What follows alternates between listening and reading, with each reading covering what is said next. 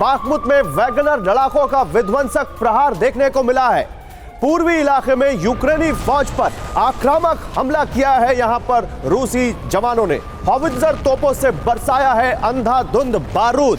महज 25 सेकंड में पूरा इलाका धुआं धुआं कर दिया। यहां पर रूस के जवानों ने महज 25 सेकंड में। ये तस्वीरें नंबर्स के साथ आपको हम दिखा रहे हैं। एरियल व्यू में विध्वंसक तबाही दिखी है पूरी, और ये तस्वीर आपके सामने हम लेकर आए हैं। जरा एक बार आपको ये तस्वीर फुल फ्रेम दिखाते हैं। फुल फ्रेम देखिए ये पूरी तस्वीर, और उसके बाद आपको दिखाएंगे बिग वॉल पर। ये तस्वीर देखिए, ताबड़तोड़ धमाके, ताबड़तोड़ धमाके इस वक्त हम आपको दिखा रहे हैं। आप देखिए ये बाखमुत की तस्वीर है, नंबर्स आपको दिखा रहे हैं। जरा पीसीआर जरा एम्बियंस भी सुनाइए हमारे व्यूअर्स को इसका।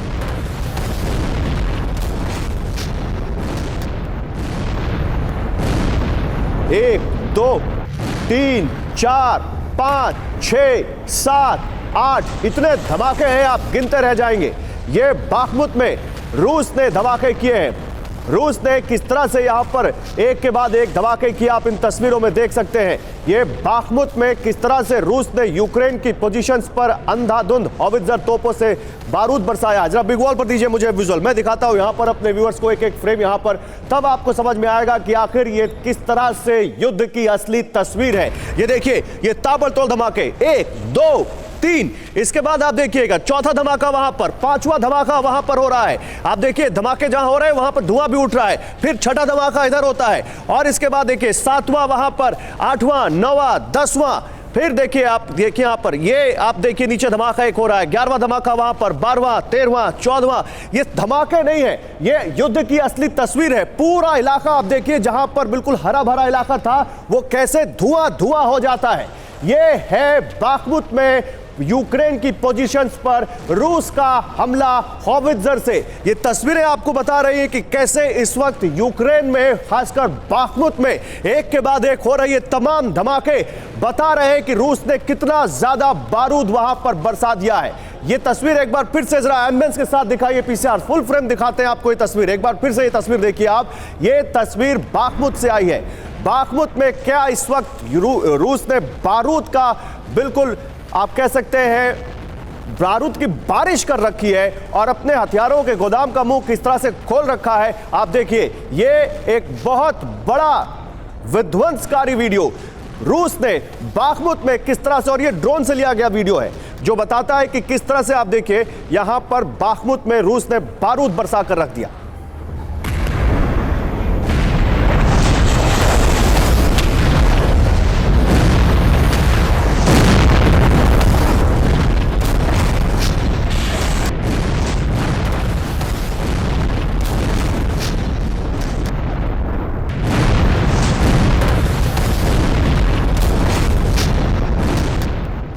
वैगनर लड़ाकों के हमले के बाद यूक्रेन और आक्रामक हुआ। बाखमुत में रूसी फौज पर जबरदस्त प्रहार किया है।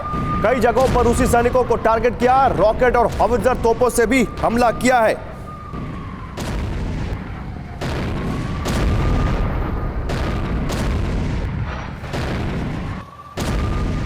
एक और बड़ी खबर आपको दिखाते हैं, बाखमुत से ही है। बाखमुत के बाहरी इलाकों में यूक्रेन का एयर अटैक देखने को मिला है। फ्रंट लाइन पर पहुंचे यूक्रेन आर्मी के हेलीकॉप्टर, जमीन पर लड़ रहे रूसी सैनिकों पर दागी मिसाइलें, बेहद कम ऊंचाई पर उड़ते हेलीकॉप्टर से फायरिंग की।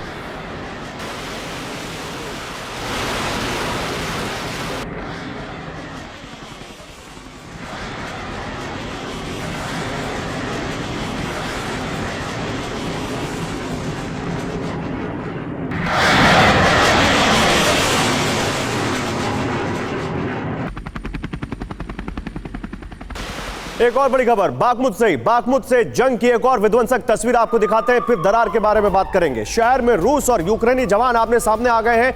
बेहद कम दूरी से एक दूसरे पर फायरिंग जारी है। रॉकेट लॉन्चर से हमला करते दिखे यूक्रेनी जवान। ऑटोमेटिक असॉल्ट राइफल से ताबड़तोड़ फायरिंग की गई है।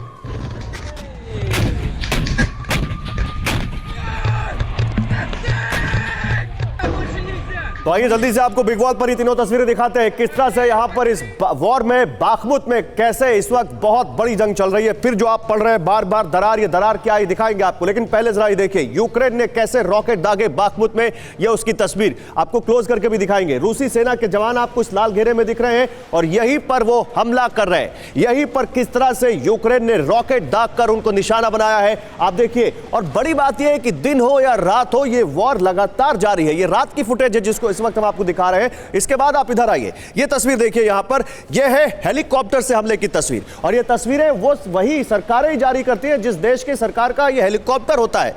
ये देखिए, ये आपको हम तस्वीरें दिखा रहे हैं हेलीकॉप्टर से हमला और हेलीकॉप्टर से कैसे यहां पर ये कॉम्बैट हेलीकॉप्टर्स का इसमें इस्तेमाल किया जा रहा है। आप इन तस्वीरों में देख सकते हैं, ये देखिए इनमें यहां पर किस तरह से ये हेलीकॉप्टर्स इस वॉर में बहुत बड़ा जरिया बन गए। फिर यहां पर आप देखिए फेस टू फेस वॉर, ताबड़तोड़ गोलीबारी, कैसे आमने सामने की लड़ाई चल रही है, कैसे रॉकेट से फायर करते दिख रहे हैं यूक्रेनी सैनिक, ये भी आप देख सकते हैं। तो जमीन हो आसमान हो, हर जगह इस वक्त वॉर बहुत ज्यादा इंटेंस है।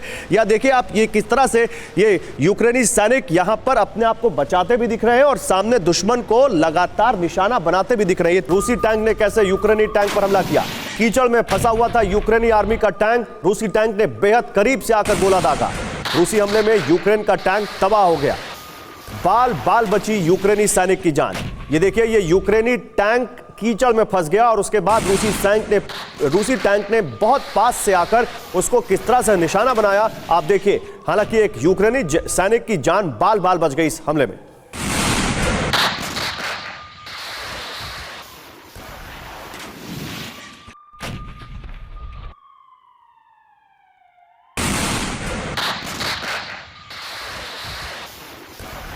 यूएस वेपन जो मैन्युफैक्चरर्स हैं उनसे मिलेंगे पोलैंड के पीएम मोराविकी।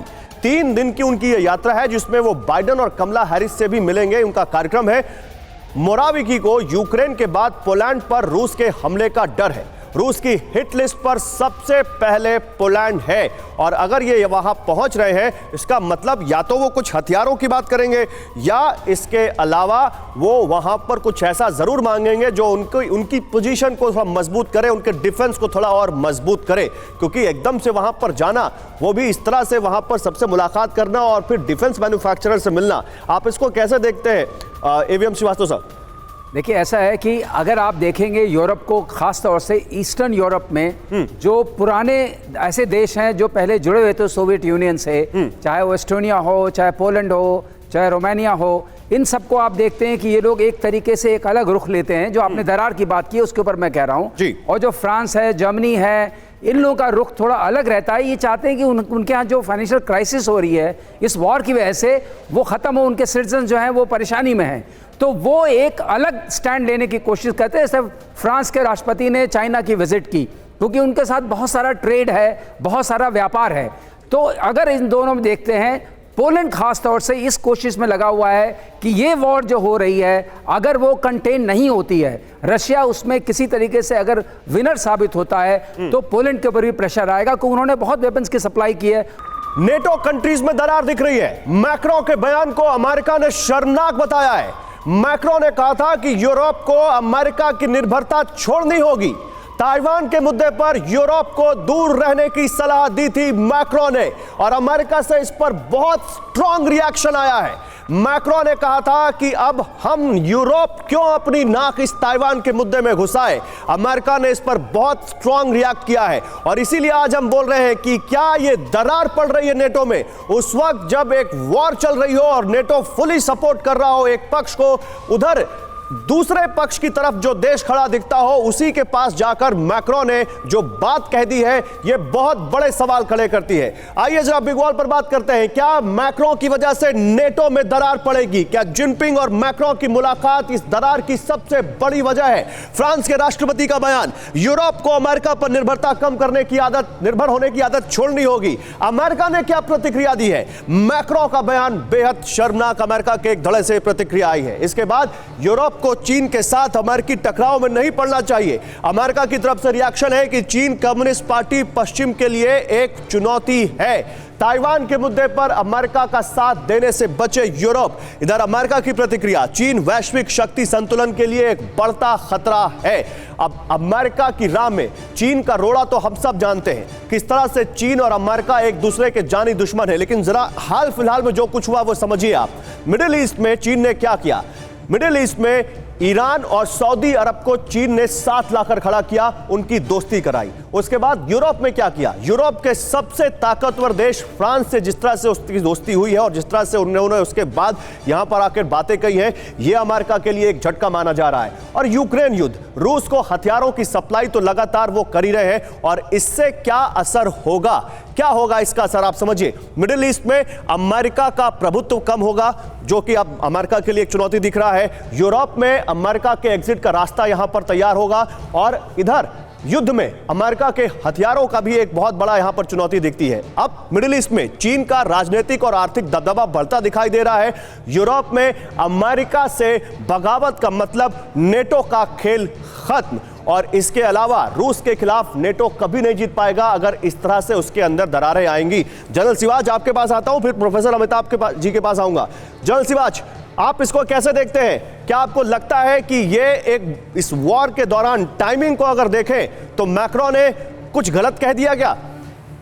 देखो गौरव, सभी देश अपना नेशनल सिक्योरिटी इशू देखते हैं, नेशनल इंटरेस्ट देखते हैं, और जिस प्रकार से इमैनुअल मैक्रोन ने चीन की विजिट की और ये स्टेटमेंट दिया, ये दिखलाता है कि किस प्रकार से फ्रांस और चीन के जो ट्रेड रिलेशन और इकोनॉमिक रिलेशन है। हाँ, ये सच्चाई है, अमेरिका अभी मिडिल ईस्ट और वेस्ट जो एशिया से जा रहा है और अपना फोकस पूरा का पूरा वो डाल रहा है साउथ चाइना सी में, इंडो पैसिफिक में, और इंडो पैसिफिक में उसको मदद की जरूरत चाहिए। और देखो, क्वाड हो या आकुश हो, इसलिए उसका सबसे बड़ा दुश्मन है चीन, और चीन से वो लड़ना चाहता है। ऐसे में जो स्टेटमेंट पास की इमैनुअल मैक्रोन ने, उसने अपने नेशनल इंटरेस्ट से पास की। अगर आप देखो, जब लड़ाई होने से पहले नेशनल इंटरेस्ट आप करिए, लेकिन नेशनल इंटरेस्ट में आपने ताइवान को जो यहां पर घसीटा, वो नेशनल इंटरेस्ट कहां से हो सकता है यूरोप का? वो तो फिर जियोपॉलिटिक्स हो गई। मैं आता हूं सर आपके पास, अमिताभ जी है मेरे साथ। अमिताभ जी, ये तो जियोपॉलिटिक्स हो गई ना, ये नेशनल इंटरेस्ट कहां रहा? जहां आपने कहा पूरे यूरोप को कि ताइवान के मुद्दे पर हमें क्यों यहां पर अपनी नाक घुसेड़नी? देखिए गौरव जी, आपने बहुत सही समय पे ये मुद्दा चुना कि ये दरार एक रार पड़ रही है यूरोप में उनकी एकबद्धता पर।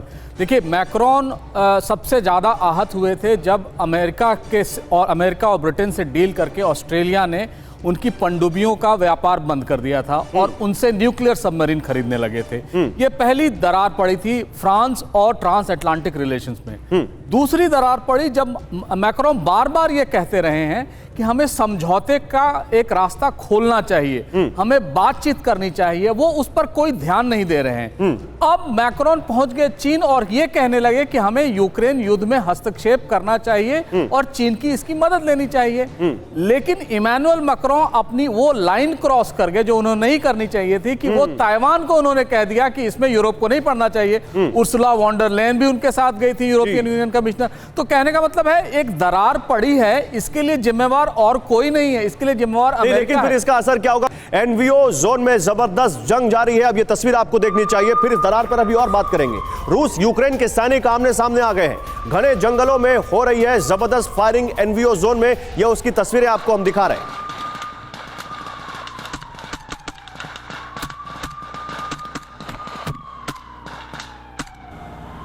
चलिए एक और बड़ी खबर आपको दिखाते हैं। अवदीवका में रूस का जबरदस्त अटैक देखने को मिला है। अवदीवका में रूस ने S-60 एंटी एयरक्राफ्ट गन से भीषण हमला किया है। अवदीवका में रूस का जबरदस्त attack, S-60 anti aircraft gun से भीषण हमला। रूस ने यूक्रेनी पोस्टों को निशाना बनाया। हमले में यूक्रेन के 10 से ज्यादा सैनिक मारे जाने का दावा किया गया है। डोनबास के बाहरी इलाके में गरजी हैं यूक्रेन की तोपें। यूक्रेन ने रूसी ठिकानों पर बरसाया है बारूद। डोनबास के बाहरी इलाके में गरजी यूक्रेन की तोपें। यूक्रेन ने रूसी ठिकानों पर बारूद बरसाया है। डोनबास में रूस के कई ठिकाने तबाह होने का दावा किया गया है।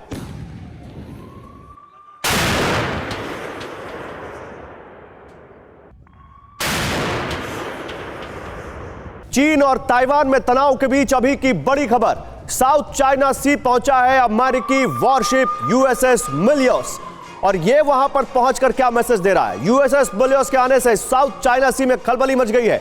साउथ चाइना सी में पेट्रोलिंग करता दिखा है यूएसएस मिलियोस। हालांकि वो इसको फ्री एरिया कहते हैं, वो कहते हैं कि यहां पर किसी का हक नहीं है। साउथ चाइना सी को लेकर अमेरिका और चीन अक्सर आमने सामने आते हैं, लेकिन यहां पर अब यूएसएस मिलियोस के आने का मतलब चीन को एक बड़ा loud and clear message, Taiwan के साथ हम साथ खड़े हैं, चाहे यूरोप हो या ना हो। आइए जरा जल्दी से इस बारे में और बताते हैं आपको कि वो लोकेशन कौन सी थी जहां पर ये पहुंचा है यूएसएस मिलियोस और इसका क्या मतलब है। आप समझिए, जरा समझिए, ये है वो स्प्रैटली आइलैंड जो एक विवादित आइलैंड है, जिस पर चीन भी अपना क्लेम करता है, ताइवान भी अपना क्लेम करता है। इनफैक्ट वहां पर फिलीपींस, मलेशिया, ये तमाम कंट्रीज पर अपना क्लेम करते हैं कि ये हमारा आइलैंड है।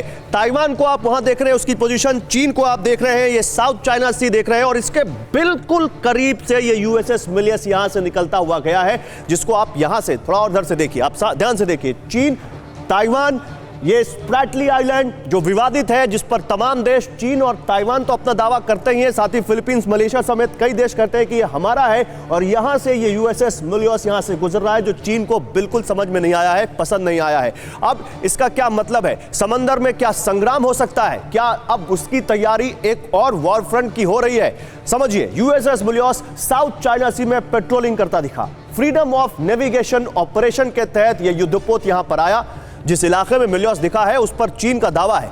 चीन की वॉर ड्रिल के बीच यूएसएस मिलियोस का आना काफी अहम माना जा रहा है। साउथ चाइना सी की हरकत अमेरिका और चीन में टकराव बढ़ा सकती है, ऐसी आशंका है। मैं एक खबर आपको और दिखाऊं उससे पहले मैं यहां पर एक कमेंट लेना चाहता हूं। मेरे साथ या sir M Srivastava sir, please आप यहां पर आइए, ये कोई ग्राफिक्स में हम साथ साथ दिखाते रहेंगे। सर क्या लगता है आपको, एक बार वो जरा ग्राफिक्स फिर से दिखा दीजिएगा, वो साउथ चाइना सी वाला। यहां पर विजय प्लीज वो ग्राफिक्स दिखा दीजिएगा जो यहां पर हम वो दिखा रहे थे, जो मैप दिखा रहे थे। सर ये जो साउथ चाइना सी है, ये जो स्प्रैटली आइलैंड है, सर थोड़ा और आप इधर आइए, जरा ये समझाइए, ये क्या ये माने कि ये साउथ चाइना सी कभी भी युद्ध के लिए एक बड़ा आइडियल सिचुएशन बन सकता है? ये बहुत खतरनाक स्थिति पैदा हो रही है। आप देखिए यहाँ ताइवान की जो नेवल फोर्सेस हैं वो भी हैं जी, यहाँ रशिया, यूएस आ चुका है जी अपनी उसको लेकर के, यूएसएस को, और यहाँ पर चाइनीज नेवल फोर्स भी डिप्लॉयड है जो पीएलए वाली है। अगर आप इन तीनों को बना दें, और स्प्रैटली आइलैंड हमेशा से डिस्प्यूटेड रहा है जी, इसको चाइना ने स्ट्रेंथन किया है, यहाँ स्ट्रिप बनाने की भी कोशिश की है, तो ये आइलैंड चाइना हर कीमत पर अपने हाथ तो फिर अगर ये वॉर का ऐसे एयरक्राफ्ट कैरियर यहां से गुजर रहे हैं तो उसका क्या मैसेज है? फ्रीडम ऑफ नेविगेशन ये इसको एस्टैब्लिश करना चाहते हैं। यूएस हमेशा से कहता रहा है कि इस सीज में चाइना का अधिकार नहीं है, तो फ्रीडम ऑफ नेविगेशन के तहत वो यहां से जा सकते हैं। वो इसको एस्टैब्लिश करते रहते हैं बार बार। जब भी ऐसी स्थिति आप देखते हैं कि चाइना कोई वो कह रहे हैं कि आपका क्लेम हम नहीं मानते, हम क्लेम नहीं मानते हैं। हाँ। ये मैसेज देना चाहते हैं, नॉट चाइना को ही नहीं, पूरे वर्ल्ड को, पूरे वर्ल्ड को। साउथ चाइना सी में युद्धपोत पर अमेरिका और चीन में ठन गई है। क्या ठन गई है? अब देखिए, साउथ चाइना सी में मिलियोस की एंट्री को चीन ने घुसपैठ कहा है। यूएसएस मिलियोस ने अवैध रूप से साउथ चाइना सी में घुसपैठ की, ये चीन ने कहा है। जहां दिखा यूएसएस मिलियोस, उसे चीन अपना क्षेत्र मानता है और इसको लेकर अब ठन गई है दोनों में, और अमेरिका का जवाब भी आ गया है। जल्दी से ये खबर भी देखिए, फिर अपने एक्सपर्ट्स के पास चलते हैं। यूएसएस मिलियोस पर अमेरिका का चीन को करारा जवाब। यूएसएस मिलियोस ने कोई घुसपैठ नहीं की, ये कहा है अमेरिका ने। अपने अधिकार क्षेत्र में यूएसएस मिलियोस की पेट्रोलिंग हुई है, ये अमेरिका ने जवाब दिया है। जल्दी से आपको दिखाते हैं यूएसएस मिलियोस पर किसने क्या कहा, फिर अपने एक्सपर्ट्स के पास चलते हैं। बिग वॉल पर ये दरार की एक वजह यहां भी है, और इसलिए पहले आप समझिए चीन ने क्या कहा। साउथ चाइना सी में अमेरिकी हरकत बढ़ी। अमेरिका कह रहा है अपने अधिकार क्षेत्र में हम पेट्रोलिंग करते रहेंगे।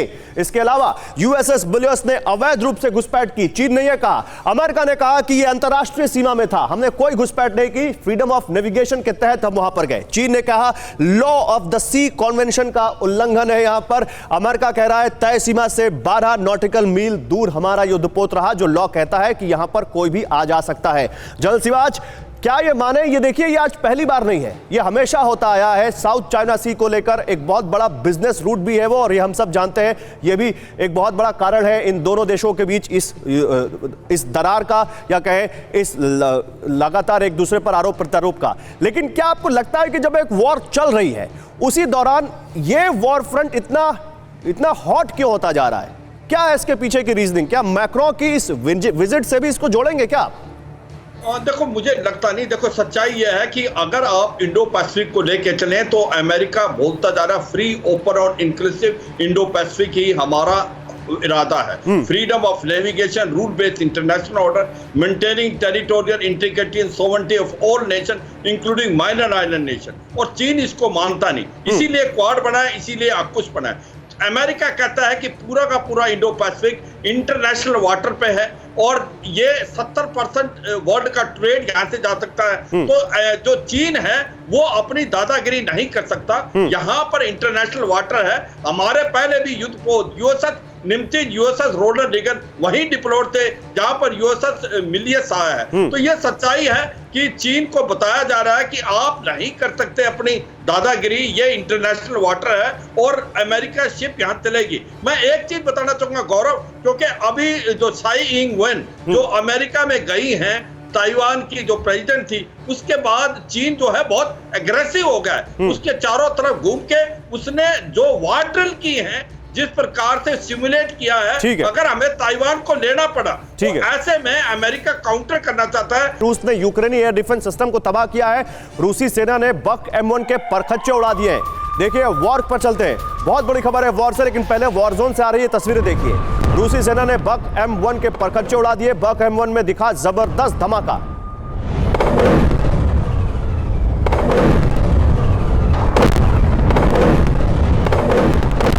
एक और खबर दिखाते हैं आपको। आर्कटिक से खबर है। आर्कटिक में रशिया नॉर्दर्न फ्लीट की वॉर एक्सरसाइज चल रही है। आर्कटिक में हवाई सुरक्षा को पुख्ता करने के लिए एक्सरसाइज कर रही है रूस की यहां पर वायुसेना।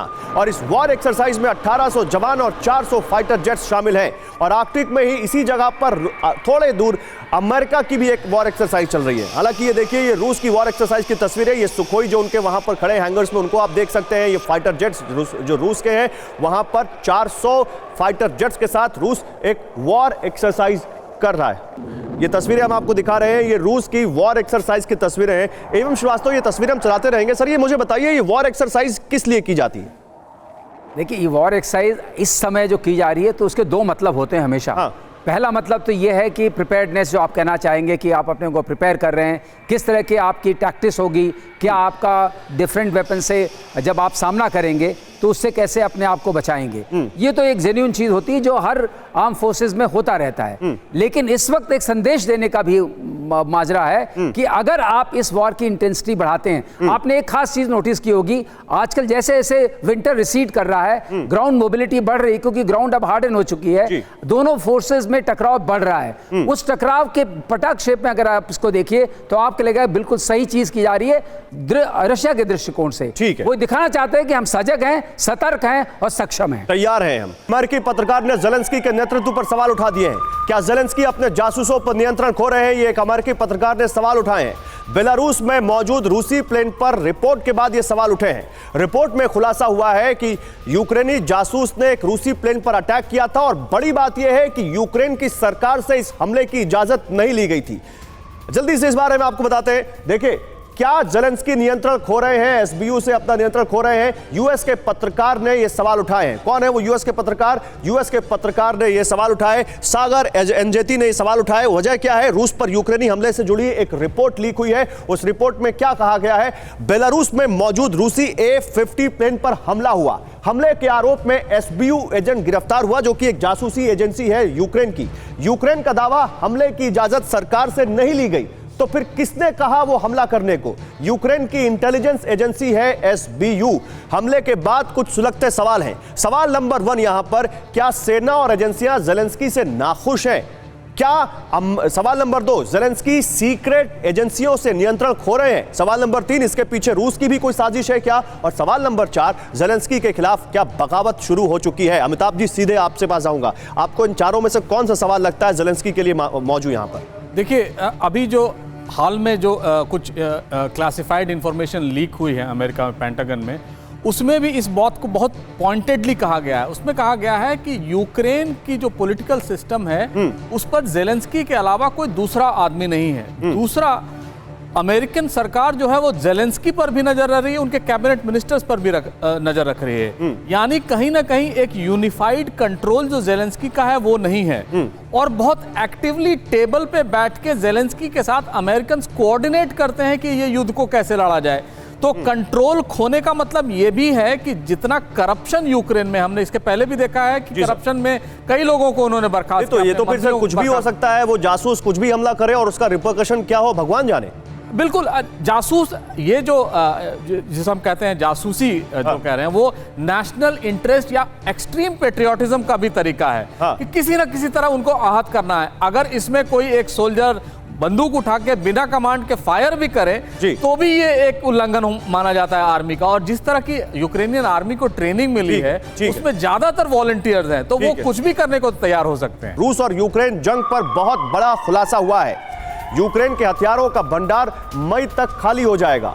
मई तक यूक्रेन की मिसाइलें खत्म होने वाली हैं। पेंटागन से लीक डॉक्यूमेंट के हवाले से खुलासा, 3 मई तक S-300 की मिसाइल भी खत्म हो रही है।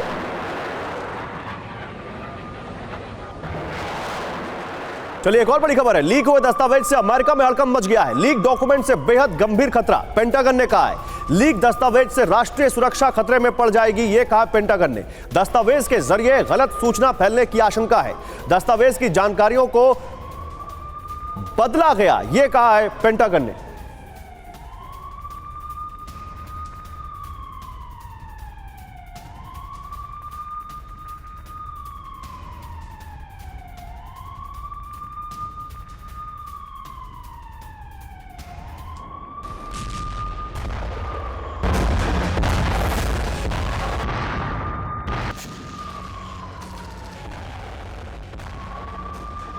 तो देखिए, लीक दस्तावेज में राष्ट्रीय सुरक्षा खतरे में पड़ सकती है, यह कहा है पेंटागन ने। दस्तावेज के जरिए गलत सूचना फैलने की आशंका है, यह पेंटागन की तरफ से कहा गया है। पेंटागन के दस्तावेज लीक होने के बाद अब पेंटागन की तरफ से कुछ यहां पर आशंकाएं जताई गई हैं, और लीक दस्तावेज किस तरह से अमेरिका की सुरक्षा के खिलाफ इस्तेमाल किए जा सकते हैं, इसके बारे में वहां पर कुछ आशंकाएं जताई गई हैं।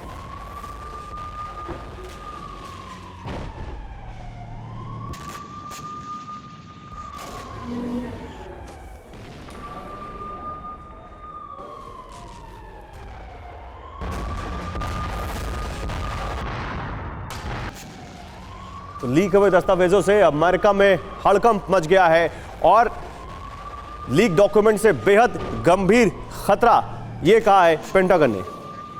और देखिए, आज की जो बहुत बड़ी खबर है, अतीक बना तमाशा, क्योंकि अतीक अहमद को एक बार फिर से प्रयागराज लेकर लाया जा रहा है। और इसी के से जुड़ी आज की जो अभी की सबसे बड़ी खबर है वो आपको बताएं। हम लगातार अतीक अहमद के काफिले को ट्रैक कर रहे हैं, हमारे तमाम रिपोर्टर्स लगातार आपको पल पल का अपडेट दे रहे हैं। पहले ये खबर देखिए, माफिया अतीक को यूपी लेकर आ रही है प्रयागराज पुलिस। बड़ी खबर, राजस्थान के डूंगरपुर में अतीक का काफिला रोका गया है। वैन में तकनीकी खराबी की वजह से काफिला रोका गया है। माफिया अतीक को ला रही है पुलिस, और उसकी वैन में खराबी आ गई है। ये देखिए, अतीक अहमद को उस वक्त वैन से उतारा गया जब डूंगरपुर में उसका इस काफिला रोकना पड़ा, क्योंकि जो काफिले की एक वैन है उसमें खराबी आ गई, और उसके बाद अतीक को वहां डूंगरपुर में रोका गया, उतारा गया इस काफिले उस वैन से।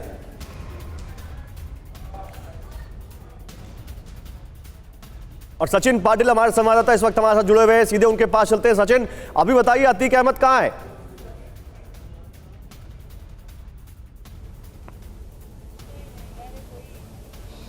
देखिए गौरव, अतीक अहमद को अभी बिचीवाड़ा पुलिस थाने में ही रखा गया है, और यहाँ पर जो एक बिल्डिंग है वहाँ पर एक रूम है, वहाँ पर उसे अभी बैठाया गया है। क्योंकि ये जो काफिला है उस काफिले में 2 प्रिजनर वैन थी। उन 2 प्रिजनर वैन में, इस प्रिजनर वैन में अतीक अहमद सवार था, लेकिन जो दूसरी प्रिजनर वैन है उसमें कुछ तकनीकी खराबी आने के कारण वो बीच में ही रुक गई है। वो करीबन शामड़ा जी से भी पहले, मतलब बॉर्डर से करीबन 15 किलोमीटर पहले वो जो गाड़ी है वो गाड़ी वहाँ पर रोकी गई है। उसका रिपेयरिंग कुछ चल रहा है। कहा यह जा रहा है कि क्लच प्लेट में कुछ खराबी आने के कारण कुछ दिक्कत आ रही है। लेकिन ये काफिला जो है वो काफिला अभी डूंगरपुर जो ज़िला पड़ता है वहाँ पे ये बिचीवाड़ा पुलिस थाना है। बिचीवाड़ा पुलिस थाने में अभी इसको रोका गया है, और आप भी देख तो भी क्या रहे हैं खराबी आई है सचिन, ये बताया जा रहा है, क्योंकि फिर इससे तो अतीक की सुरक्षा पर भी एक यहाँ पर चिंता बढ़ती है कि वहां उसको इस तरह से एक थाने में बिठा के रखा गया है। अच्छा, मैं आ रहा हूं सचिन आपके पास। इसी बीच एक बड़ी खबर आ रही है, वो दिखा दो, फिर आपके पास आता हूं। राजस्थान के डूंगरपुर में आधे घंटे से रुका हुआ है काफिला, और वो वैन हम आपको दिखा रहे हैं जो खराब हो गई है।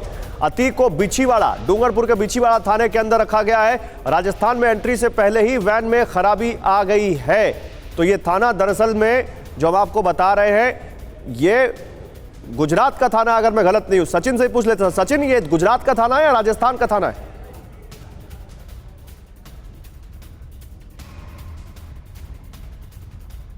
राजस्थान की सीमा में तो काफिला एंटर हो चुका है। राजस्थान की सीमा में एंटर होते ही सबसे पहले डूंगरपुर आता है। डूंगरपुर में ये बिछीवाड़ा पुलिस थाना आता है, जो यहाँ की बॉर्डर का ही पुलिस थाना है। और यहाँ से ये आगे उदयपुर की तरफ आगे ये काफिला जो है वो रवाना होगा। राजस्थान की जो बॉर्डर है, बॉर्डर में एंटर करने के बाद यहाँ पर ये काफिला रुका हुआ है। और मैंने जैसे कहा पहले भी कि श्रीनाथ जी से करीबन 10 से 15 किलोमीटर पहले जो दूसरी प्रिजनर वैन थी, उस दूसरी प्रिजनर वैन में कुछ तकनीकी खराबी आने के कारण वो गाड़ी वहाँ पर रुकी हुई है और उसके वहाँ रिपेयरिंग चल रही है। बिल्कुल, मैं आप रहिए सचिन मेरे साथ रहिए। वो वैन भी आपके पीछे हम देख पा रहे हैं, और मेरे साथ विपिन भी दिख रहे हैं इस वक्त। विपिन चौबे हमारे संवाददाता, जो लगातार इस वक्त झांसी की तरफ बढ़ रहे हैं, और अतीक अहमद जब झांसी पहुंचेगा उससे पहले विपिन वहां पर होंगे और आपको बताएंगे उस वक्त की तस्वीरें। विपिन, जल्दी से बताइए, इस बार क्योंकि दूसरी बार है जब साबरमती जेल से प्रयागराज की नैनी जेल लेकर जाया जा रहा अतीक अहमद को, ये जो इस बार के अतीक अहमद को लाने की प्रक्रिया है, ये उसके लिए ज्यादा मुश्किलें पैदा कर सकती है, क्योंकि इस बार उमेश पाल मर्डर केस में उससे पूछताछ होनी है।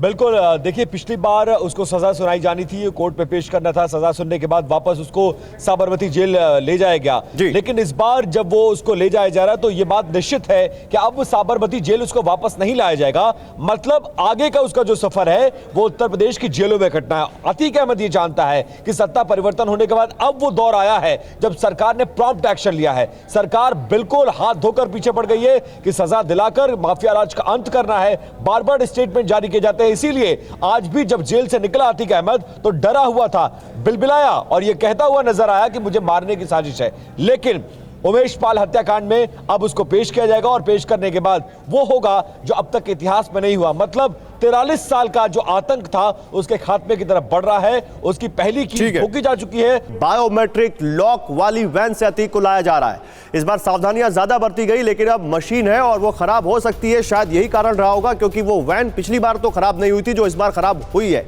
अतीक राजस्थान से एमपी होते हुए यूपी लाया जा रहा है। इस वक्त डूंगरपुर के बिछीवाड़ा थाने में उसको रखा गया है, क्योंकि उसके काफिले की एक वैन खराब हो गई है। उदयपुर, शिवपुरी, झांसी होते हुए प्रयागराज लाया जाएगा। अतीक अहमद को जो पिछली बार का रूट था वही रूट इस बार भी अपनाया जाएगा, ये कहा जा रहा है। शुभम भी हमारे साथ दिख रहे हैं, जरा जल्दी से शुभम के पास चलते हैं। शुभम, जरा बताइए वहां पर क्या तैयारियां हैं? देखिए, यहाँ पर पिछली बार की ही तरह तैयारियां हैं। जैसे ही ये काफिला मध्य प्रदेश में प्रवेश करेगा उसके बाद मध्य प्रदेश पुलिस इस काफिले को ज्वाइन करेगी, और जब तक मध्य प्रदेश की सीमा से उसे उत्तर प्रदेश तक नहीं छोड़ देती तब तक मध्य प्रदेश पुलिस भी साथ में रहेगी। तो सुरक्षा के लिहाज से आप देखें तो पूरी तरह से इंतजाम है, मगर मध्य प्रदेश का जो सफर है वो ज़्यादा लंबा नहीं है अगर आप तुलना करें राजस्थान से, क्योंकि 10 से 12 घंटे का सफर उत्तर प्रदेश पुलिस का काफिला वहां पर तय करता है। मध्य प्रदेश में अगर आप देखें तो कोटा से शिवपुरी और शिवपुरी से झांसी, यानी महज 2 घंटे का ये रास्ता मध्य प्रदेश में यूपी पुलिस को तय करना है, और उसके बाद सीधे झांसी से प्रयागराज के लिए रवाना होता है। पिछली दफा हमने देखा था कि जब झांसी में ये काफिला आया था उस समय 1-1.5 घंटा स्टे किया था, यानी इससे पहले जब वो साबरमती जेल से अहमदाबाद ठीक है, मैं आता हूं आपके पास, सुबह आता हूं आपके पास। लेकिन इसी बीच एक और बड़ी खबर आ रही, देखिए अतीक से जुड़ी एक और ब्रेकिंग न्यूज। सारी खबरें आपके सामने दनादन हम रख रहे हैं, और एक बड़ी खबर, अतीक को सीजेएम कोर्ट में पेश करेगी यूपी पुलिस, ये जानकारी आ रही है। पूछताछ के लिए अतीक की रिमांड मांगेगी पुलिस। रिमांड के दौरान अतीक से उमेश हत्याकांड पर पूछताछ होगी, यह जानकारी भी इस वक्त आ रही है। तो पूछताछ के लिए अतीक की रिमांड मांगेगी पुलिस, यह कहा जा रहा है। और हमारे संवाददाता, तमाम संवाददाता देखिए उस पूरे रूट पर इस वक्त खड़े हुए हैं जहां से अतीक का काफिला या तो गुजर रहा है या फिर आगे गुजरेगा। सचिन पाटिल इस वक्त हमारे साथ जुड़े हुए हैं, सीधे उनके पास चलते हैं जहां पर इस वक्त अतीक अहमद रुका हुआ है। सचिन, जरा हमें तस्वीरें दिखाइए, वो वैन जो खराब हुई है वो दिखाइए, और अतीक अहमद कहां पर इस वक्त रखा गया अतीक अहमद को, वो सब दिखाइए, और बताइए हमारे व्यूअर्स को कि इस वक्त वहां पर क्या हो रहा है।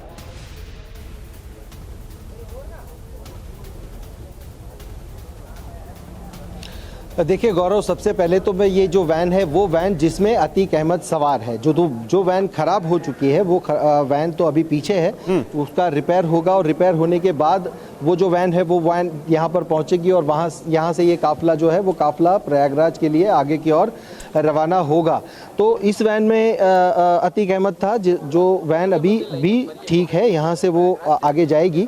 लेकिन जो वैन में खराबी थी वो वैन जो है वो राजस्थान की सीमा से 15 किलोमीटर के करीब पहले ख़राब हुई थी और उसका रिपेयरिंग जो है वो रिपेयरिंग करने के लिए वहाँ पर जो गाड़ी है वो गाड़ी वैन वहाँ पर जो है वो रुकी हुई है।